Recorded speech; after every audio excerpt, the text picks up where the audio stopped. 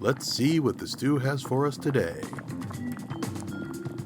Welcome to the Gnomecast, the Gnome Stew's tabletop gaming advice podcast. Here we talk with the other gnomes about gaming things to avoid becoming part of the stew, so I guess we'd better be good. This episode is brought to you by our awesome Patreon backers like the dutiful Doug Roz, the extravagant Eric Bontz, and the marvelous Michelle Shepherdson.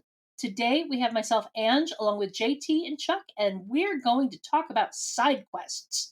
Before we dive into that main topic, though, we're going to ask a get-to-know a gnome question. What's one time as a GM where a side quest ended up becoming more important than the plot you thought you were going to run? Chuck, I'm going to go with you first. Yeah, sure thing. So honestly, I tend to do a lot of building the plane as I fly with games.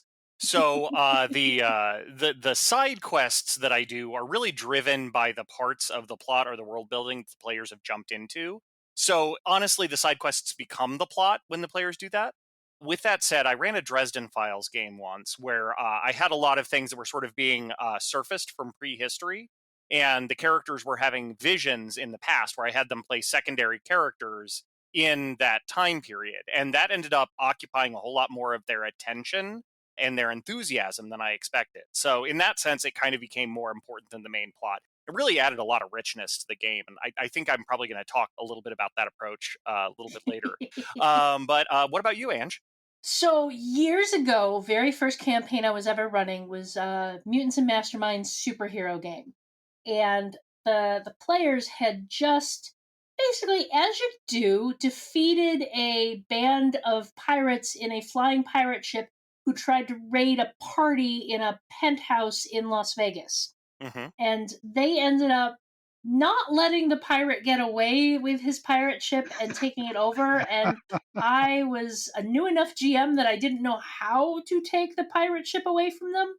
And so I'm just like pulling stuff, out of the ether to describe this ship as they're exploring it, because I had no plans for them to take the ship. But as I have learned over the years, if you put a shiny thing in front of your players want that shiny thing. Mm-hmm. Oh, absolutely.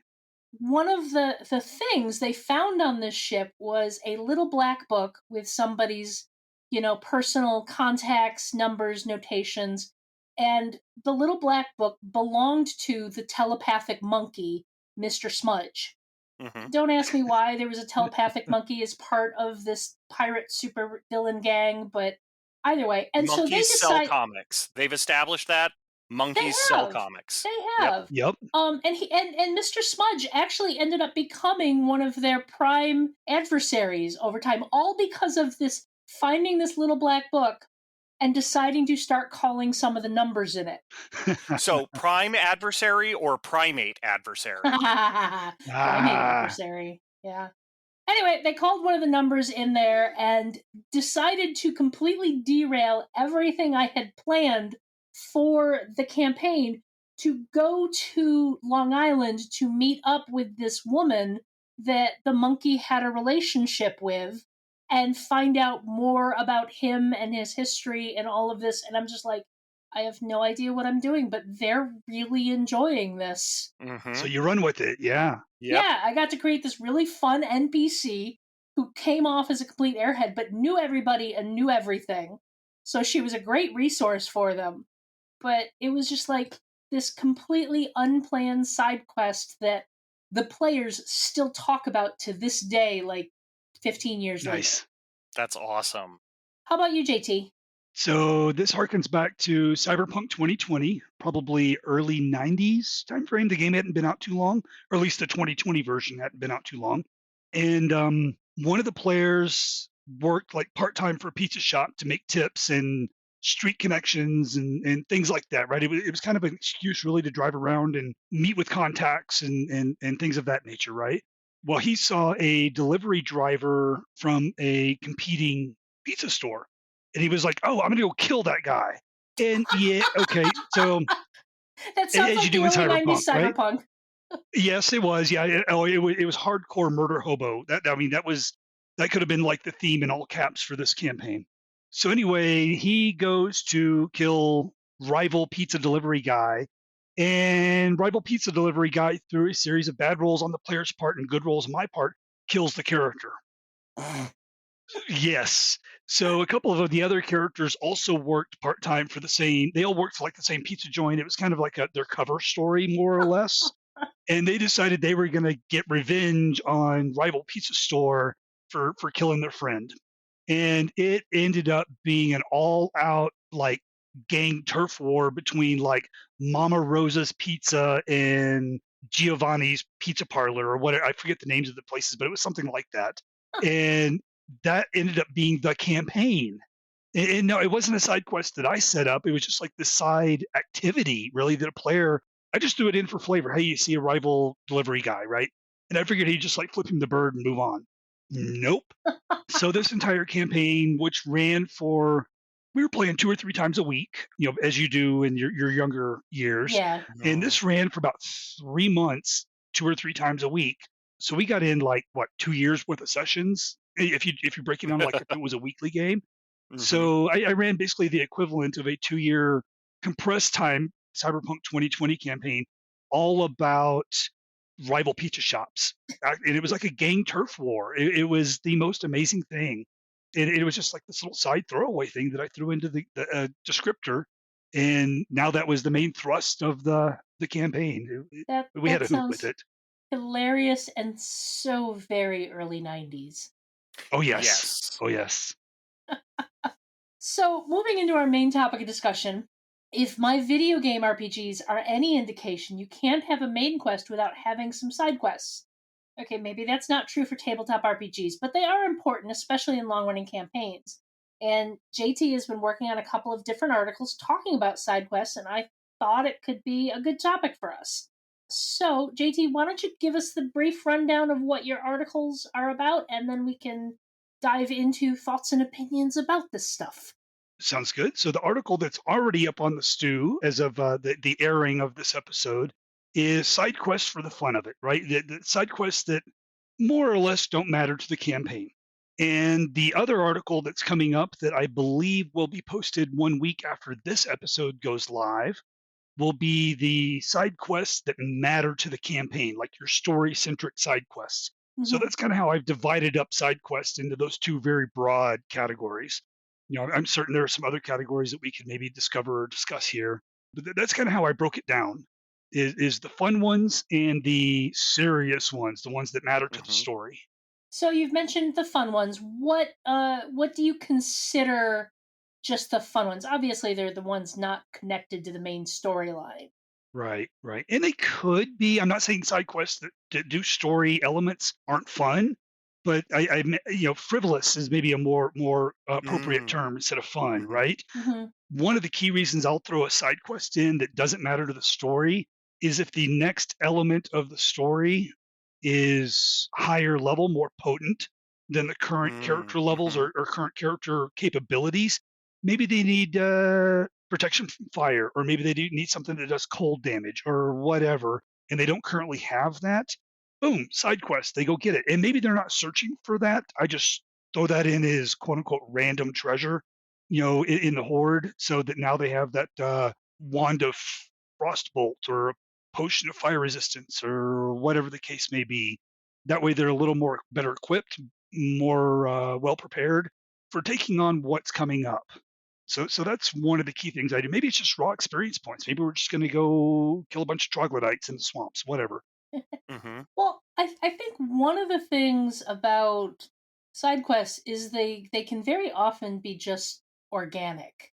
It's something the players have expressed an interest in that maybe you didn't think was that important, but the players are super into it. So you just explore it a little further, and suddenly you've got a side quest. Like you may not have even thought the players wanted to get any sort of protection from fire, and all of a sudden that's what they're focused on. So that becomes a plot.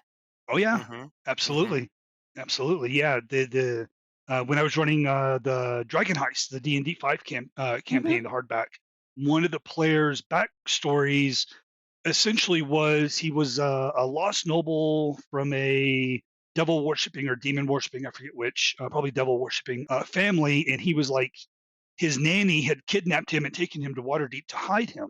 And I was like, oh, that's rich with storytelling. Mhm. So maybe about halfway through Dragon Heist, we left Waterdeep to go find. He found a map that was like X marks the spot. This is where your manor house is at, your family's ancestral home that's long abandoned.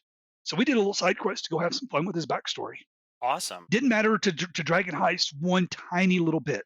Well, it kind of did, because when they came back, they were like 3 levels higher, but the adventure hadn't leveled up, right? Yeah. So there were some adjustments I had to make on the fly, but I've been doing it long enough; it wasn't a big deal. Mm-hmm. Just made the trap, raised the DC on traps, and a little more damage here and there, and stuff like that. Mm-hmm. So I just kind of on the fly adjusted Dragon Heist to be 3 levels higher, because they were 3 levels higher, and it worked out fairly well. I had to do the opposite with Dragon Heist. I had to give them a couple of side quests to balance out what they were ignoring in Dragon Heist.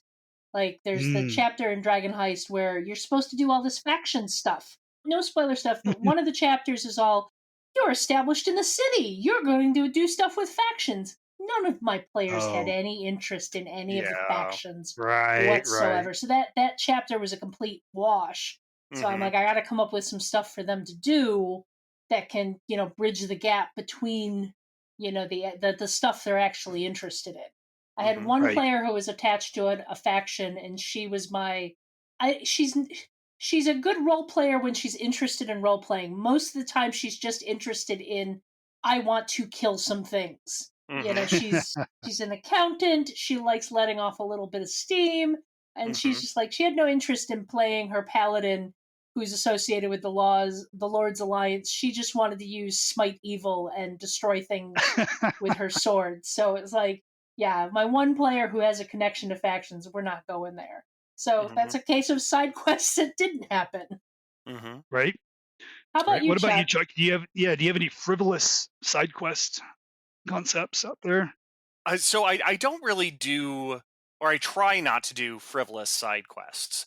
So speaking only for me personally, world building is a lot more fun than session planning. I think we can all agree on that. So I tend to build a lot of stuff in the background that the players never really get exposed to. So sometimes I'll do a side quest as a way to sort of surface that a little bit. So it can give a little bit of context to the things that are going on, so players can recognize, oh, that symbol is something associated with this thing that happened during this side quest, and we know what that's about. Sort of like Captain America, I got that reference. so you can do that, and it's self-indulgent, but GMing needs to be self-indulgent if you want to do it long term. But it's a great way for me to expose that to the players, and I love doing that with side quests. One thing I do want to point out is that a side quest doesn't necessarily have to be with your initial set of PCs. So particularly if you have that sort of ooh shiny itch that I know I have, you can actually have like sort of a B plot that's happening somewhere else that will eventually fit into the main plot, sort of hand out pre-gens to the players and say, okay, for this session, you're going to play this. And then you, player, are going to know what's going on with this, but the character may not. And that works better with players that are good at separating player and character knowledge. We actually did that relatively recently, pre-pandemic, but we did this right before the pandemic. I think we did it in January of 2020. We had a situation where we had a player who was going to be moving out of town and had started missing sessions. We knew the character was going to be leaving us, and the player wasn't there when we embarked on this long journey. And the GM had us find out that this character, our companion that had been left behind, had been a target of the big bad in the city, who had basically murdered a couple of our friends, maimed a couple of our friends, and kidnapped a couple of our friends, including this PC. And we're on this mission out in the world to, stop the blight that was destroying the land. So we were like, we want to go rescue Fiona, but we can't. We've got this larger, more important mission. So we got a message back to the city, to some of our higher powered friends back there, to say, hey, Fiona's in trouble. Can you help her? And so what the GM decided to do was stat up a bunch of the NPCs that were in our association and basically stage this rescue mission for Fiona and our favorite bartender who had also been kidnapped. Mm-hmm. And so we got to play as the father of one of the PCs, the ex-lover of one of the PCs, the wizard that had been set to watch us by one of the more powerful NPCs, the slightly insane Fey elf who we had run into several times. Basically, these NPCs that were all well known to us were just like all of a sudden we got to play them and go on Nice. this high stakes rescue That's mission. awesome. Yeah, it That's was a that's lot of very fun. cool. Yeah, and side note, I love it when NPCs are fleshed out enough that characters are excited to play them. Yeah. That is my Yeah. favorite. Yeah, it was very fun getting to play my friend's character's father, who is just a huge flirt, Mm-hmm. and the player of the character just gets all awkward and uncomfortable when her father is flirting with people she knows. So the player is just like, I feel like I should be so awkward, but you're having so much fun with this. Nice. Yeah, so where the players get to, experiment with playing the NPC, I think game masters can also get to experiment in side quests with like environments or maybe Mm-hmm. settings.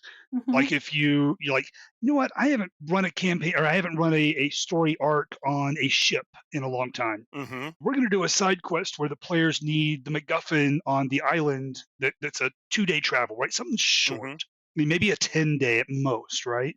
And so they hop on the boat and then they have, mighty and wonderful adventures while on the boat. They get this, see the dragon turtle and the kraken, which of course you can't really use too much, in the desert setting or even a city or whatever, right? And, have some fun exploring and experimenting with those settings and locales that maybe you haven't touched in a long time or maybe never, and just get some experience under your belt doing that. So yeah, pick a location you've never played in, or I don't know, a style of play like being on a ship or a flying Mm-hmm. airship or whatever, and go have fun with that. And if you make the side quest short enough, you're not dedicated to buying all the books about all the ships and all the rules and all that. You can just make Right. it up on the fly because it's a side quest and it'll go quickly. Just enough to give yourself a little bit of flavor change and spice things up in the game a bit for yourself. Yeah, You know, because exactly. as Chuck said, if you're not having fun as a GM, the game's not going to last. Yep. And Right. just sort of piggyback off of that, you don't have to buy the books for a side quest, and you can just really, with a very limited time frame, you can really harp on the things that excite you about whatever that tonal shift is. If you want to do a boat thing and you haven't done a boat thing before, you can make a list like what are the top 6 things that are awesome with a boat trip. And I'm just going to load all of those into this one session or 2 sessions, and you have a blast running it. The players probably have a blast playing it, and it's a win for everybody. Absolutely. I think one of the other things about side quests that's probably important to talk up is they can be a great way to explore the stories of the PCs. You can do storylines and adventures that are specifically built around the characters that are, they're aside to the main plot, but they help flesh out those characters, they give those players a moment in the spotlight, and those can be a lot of fun when you dive into some of that stuff. Absolutely. Yeah, I would caution a GM, particularly a new GM, be aware of showing favoritism if you do Mm-hmm. that kind of thing. Yeah. If you have one player that just consumes a lot of the oxygen and they have their, stereotypical 30-page backstory and you have an entire session about them, or alternately, you do it for another player and the player with the 30-page backstory doesn't get that session, they're going to let you know and you're not going to like hearing about it. Right. I actually this might be a little off topic, but I like weaving a lot of that stuff into the main plot. Mm-hmm. Like, so in my Eberron campaign, they had to go to a particular city that was the home of 2 of the PCs. Well, obviously they're going to have run-ins with old acquaintances and family. Sure. It's like sure, we could have gone to the city. They could have never had to check in with mom or dealt with anything, but it was way more fun to have all these interpersonal relationships that the players get to explore as they're trying to advance the general plot of what they're trying to achieve. And it got, if you do it right, if you're careful about how you do it, it can get all of the players invested in each other's stories. Yeah. And that's the sweet spot. Yeah. But Chuck is right. You got to be careful of the dominant player who forgets that there are other people in the room, because it is very easy to just throw all the stuff at them because you're getting reactions and not realize that you're getting reactions because this player likes hearing themselves talk, and everyone else is just going to sit there because they're not going to get any attention anyway. That reminds me, and this is off topic. I would love to have a podcast at some point, the care and feeding of your dominant player. Oh, Yeah, that's a good one. yeah. Ding! We'll write that one in the notes. Yeah, absolutely. Yeah, I think that's a good one. Yeah. What about in video game RPGs? It's not that we're not gonna bring to the tabletop RPG a whole bunch of fetch quests, but there are Yeah. sometimes those are those awful. Right. yeah, there's still those quests that are fun and add to the the main storyline that are kind of, I guess, optional is Mhm. the right term for them in most video game RPGs. JT, how do you work that type of thing into your campaigns where it's the side quest that if they skip it, okay, fine, but it adds to the general kind of wealth and meat of the campaign? Right. I think Chuck already hit on this a little bit with the world building side of things. Like, Chuck's phrase was what he builds the plane as he's flying it or something like that. Build the plane while he flies it. Yeah. I'm never getting on a plane with you, Chuck. Yeah, I don't think I want to do that either. But instead of doing all the pre-world building and having the 9,000-page wiki about your world, guilty, Mhm. you can explore parts of it that you, the game master, haven't really detailed or put a whole lot of thought into, and just kind of discover it with your players. And this is Mhm. you can get into some pretty interesting player interactions where you cross the hill and there's a copse of trees at the base of the hill on the other side, and there's a spooky story about it, and you turn to player A and you go, "Hey, what's that spooky story?" Maybe don't put them on the spot quite that hard, but you've heard rumors about this forest. Somebody give me a rumor, right? Okay, somebody else Mhm. give me a rumor, and you incorporate that. The players will become so much more invested Yeah. I in the love that. world building if you incorporate their ideas into the building of the world. And the side quests can help you, the GM, develop the world as the players are exploring the world. You point them north and let her rip.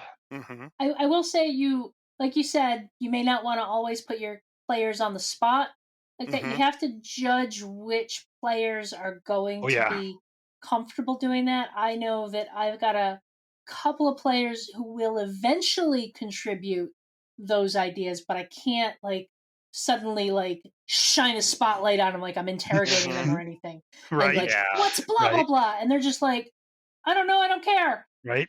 You Yeah, I've gotta got a you gotta player like know that as you well. He wants to show up, roll his dice, do his damage, and go home. yeah. And Yep. that is so cool. It doesn't detract from our game. As a matter of fact, he really enhances the game because he's a teenager, so he has all the time in the world to read all the rule books. So when this obscure rule comes up that I haven't read yet, or maybe I skimmed once, I can turn to Mhm. him and go, "What do I do next?"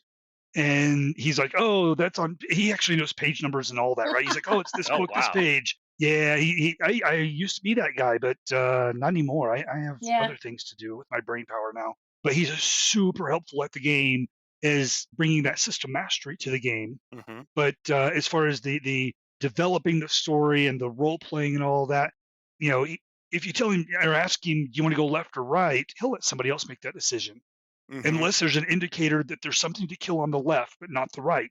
And then his vote is, let's go left because I want to go kill something. Mhm. Yeah, no.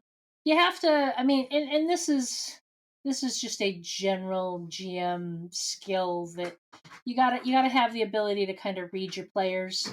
You have to know how to gauge your players and figure out where their interests are and where their engagement points are, I guess.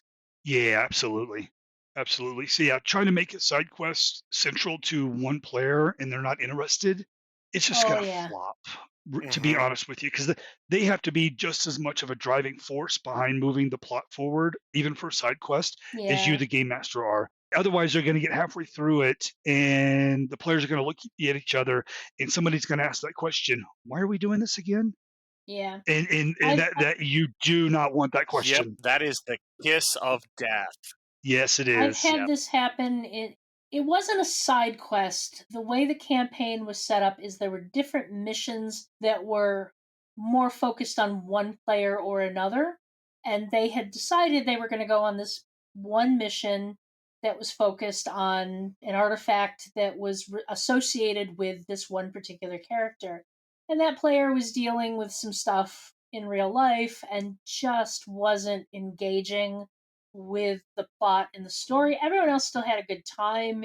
I'm still proud of some of the stuff I did in exploring that part of the world, but it was definitely disappointing that the player didn't engage with something that was supposed to be specifically for her character. Hmm. Yeah, yeah, that's rough. Yeah. That's rough. That's why I try to get the side quest to at least hook 2, if not more, if not all. Hmm. That's kinda hard. That's a deep ask, to be honest with you, is Hmm. to get a single hook or maybe 2 hooks that point in the same direction to incorporate the whole group. But if you can get Yeah. 2, that way if one falls by the wayside or maybe that player moves, stops showing up, whatever, that question of, "Why are we doing this?" probably won't come up. Hmm. Yeah. Or if somebody asks that, the player that is invested can answer it. Oh, we're doing this, because Sir blah blah is going to pay us 100 gold if we find, his lost family signet ring or whatever. Um, Sorry, Sir Kerblabla is appearing in a yes, game of mine. Yes, Sir Kerblabla. With his signet yes, ring. with the signet ring, Yes, yes, and he's a knight of the yes, highest order. He is a mighty and honorable man, but his name, unfortunately, is blah blah. right.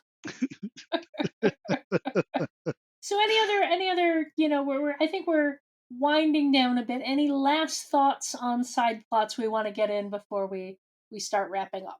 Side plots. Do them. They're great. Yeah, that. They're a lot of fun. They're a good chance to explore your world, your game, your mechanics, your character Hmm. backgrounds, all that good stuff. So, in theory, without negatively impacting the main storyline, might delay it, put it on hold a little bit. In theory, it always will, but they'll come back to the main road eventually and go have some fun. I think following up on that, I would add, don't be afraid of adjusting your main plot if it's obvious your players are more interested in the side quests. Hmm. Agreed. If you have this grand plot that you're expecting the characters to go through, and they keep wanting to just do small little side missions to help the townsfolk, maybe your grand plot isn't going to be what you thought it would be for this campaign. Yep. You Hmm. know, don't be afraid to adjust on the fly if you gotta. Yep. And that gets easier with experience, by the way. If you're a new GM listening to this, you can't screw it up. I promise. Yeah, I promise whatever you do, it's going to be good. yeah, it's Right. fine. And if your players are mean to you, just find new players. Right? Oh yeah. Oh yeah. So I think we can get out of here. This show is funded by the Gnome Stew Patreon. You too can be a Patreon backer by following the Patreon link on the Gnome Stew website to the Gnome Stew Patreon. This ad is brought to you by Questit, the app that lets you keep track of all your quests. Can't just hit J in real life to tell you what little side quest you're forgetting about in the regular game that the GM is certainly going to hold against you at some future point. Put it in Questit and let it keep track of all of it for you. If you're enjoying the Gnomecast, you'll probably like many of the other Misdirected Mark shows. Here's one to check out. Bonus experience. Ray and Monica are two old friends exploring gameplay and design through the lens of diversity, while also sharing some of the dumbest humor gaming has to offer. You can find all of us at gnomestew.com, gnomestew on Twitter, and gnomestew on Facebook. Where else can we find you folks on the internet? JT, go. One-stop shop for all things me is jtevans.net. Top right of every page, you'll find links to all my social media, my books, my everything. Typically, my open book life that I live online. So that's where you'll find me. How about you, Chuck? Where can we find you? First, hop in a time machine back to the halcyon days of MySpace when I wasn't afraid of social media. So Gnome Stew is really the place to find my stuff these days. So what about you, Ange?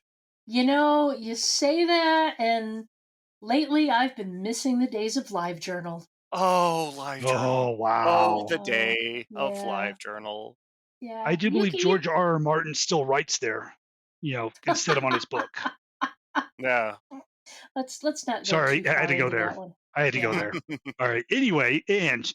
You can find me on Twitter and Instagram as Orikes13, Orikes 13, though Twitter is rarely used because it can be a toxic dumpster fire at times, and Instagram is mostly pictures of my cats. Yay, cats. Yeah. Yay. I mean, that's what the internet is for, isn't it? Mm-hmm. Oh, yeah. Cats. Well, that and the song. Yeah. The song, yes. The song. Yeah. Enough about that. Okay. Do you think we went on enough of a side quest to avoid the stew, or do we still have some more exploring to do? I'm still exploring, so Yeah, wherever we are, as long as it's far away from the stew pot, I'm happy. Gnomecast is hosted by Misdirected Mark Productions, the media arm of Encoded Designs.